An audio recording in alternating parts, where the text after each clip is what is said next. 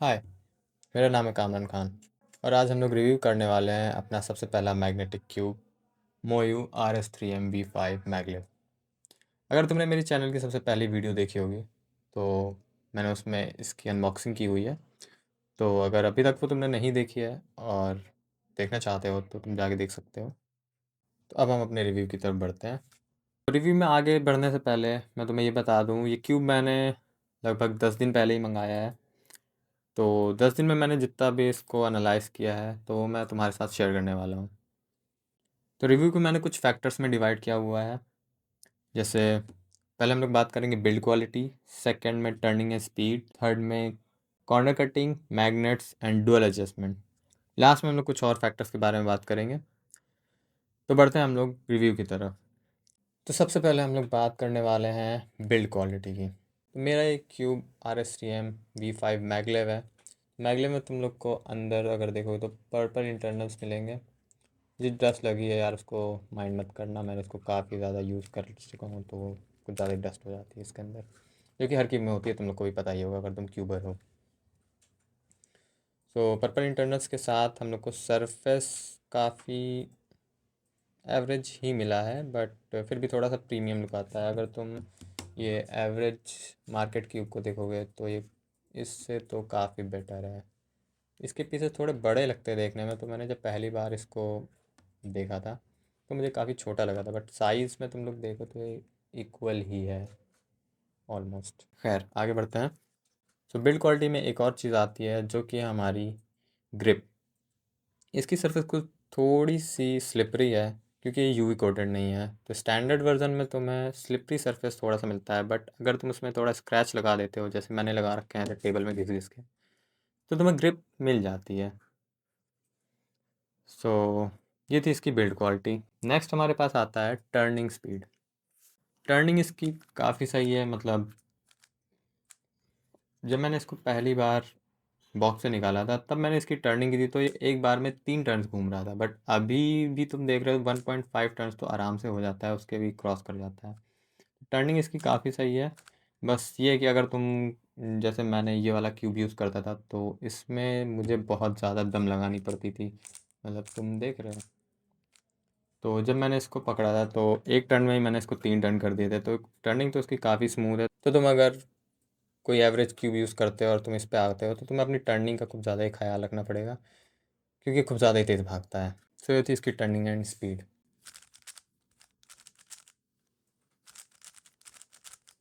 Next हमारे पास आता है कॉर्नर कटिंग। तो कॉर्नर कटिंग इसकी काफ़ी डिसेंट है।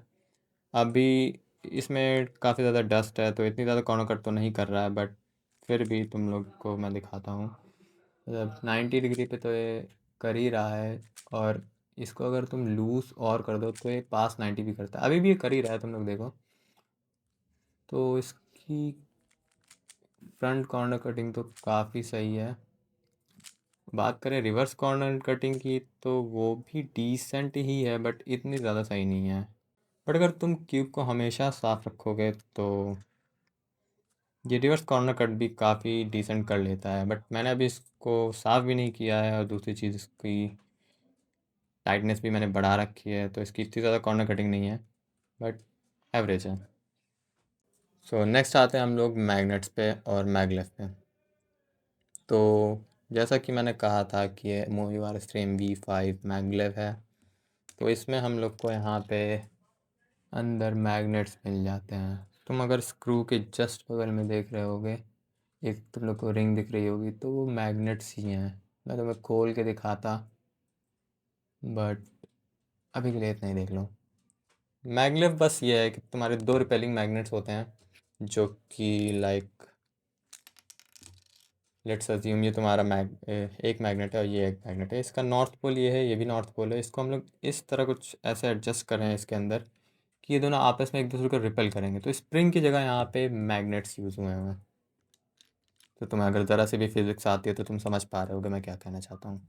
वेल, मैगलेव होने की वजह से इसकी टर्निंग इतनी ज़्यादा स्मूथ हो जाती है क्योंकि इसमें जो फ्रिक्शन लगता है स्प्रिंग की वजह से वो हम लोग बिल्कुल ही नेग्लेक्ट कर देते हैं। और बात करें इसकी मैग्नेट्स की तो मैग्नेट्स एवरेज हैं, इतने ज़्यादा स्ट्रॉन्ग नहीं है, बट बट अगर तुम अपने फिंगर्स पे कंट्रोल कर लेते हो तो तुम्हारे लिए ये क्यूब भी काफ़ी सही है मैग्नेट्स के हिसाब से। कभी कभी इसमें लॉकअप्स आ जाते हैं, बट अगर तुम इसको थोड़ा भी फ्री रखोगे तो वो लॉकअप्स भी नहीं आएंगे।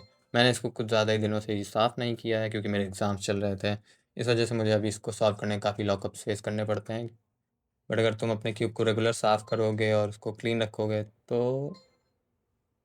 उसमें लॉकअप्स तो नहीं आएंगे। नेक्स्ट हम लोग इसमें बात करेंगे डुअल एडजस्टमेंट की। जैसे कि अभी तुमने देखा होगा यहाँ पे डुअल एडजस्टमेंट के लिए एक हम लोग के पास स्क्रू दिया हुआ है और दूसरा हम लोग के पास है मैग्नेट लेविटेशन। तो डुअल एडजस्ट करने के लिए हम लोग को इसके साथ इसके साथ ये टेंशनिंग टूल मिला था, जिसमें कि एक स्क्रू ड्राइवर है और एक डुअल एडजस्टमेंट टूल है।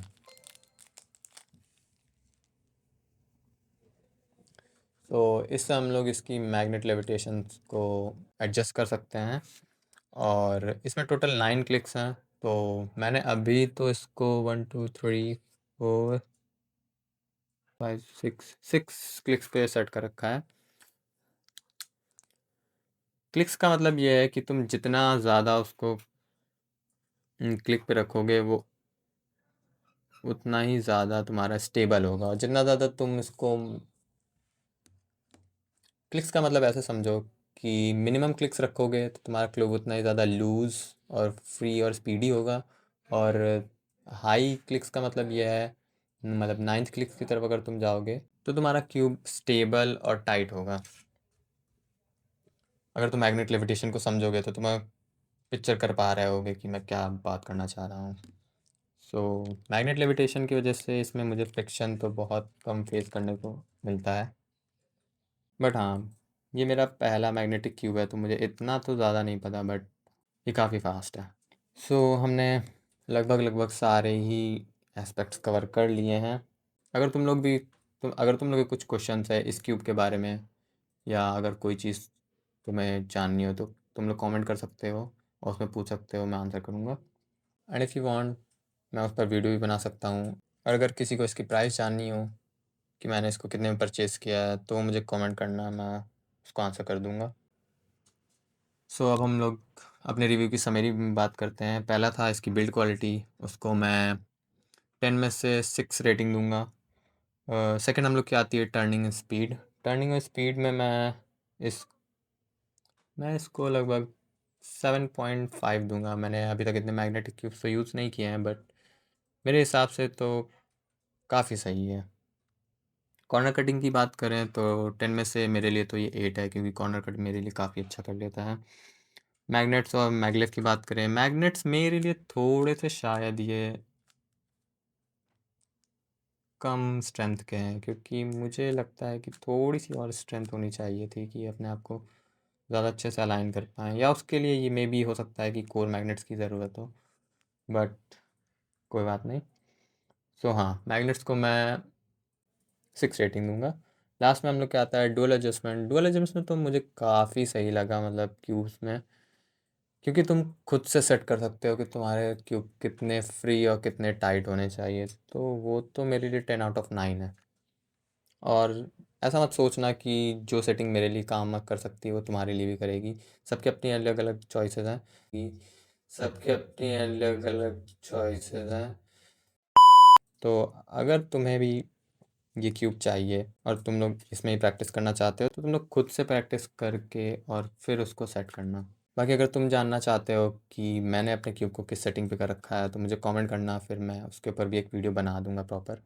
So this was it, this was my मोई वारस रीम V5 मैगलेव। बात रही इसको रेट करने की तो 10 आउट ऑफ 8 मैं इसको रेट करूँगा, क्योंकि मुझे इसकी थोड़ी सी सरफेस स्लिपरी लगती है तो मेरे लिए थोड़ा सा नेगेटिव पॉइंट है, बट हाँ, 10 out of 8 it is. Lastly अगर तुम्हारे कोई क्वेश्चंस हैं you can ask freely in the comment, I will answer you. So that's it, good bye, take care, bye bye.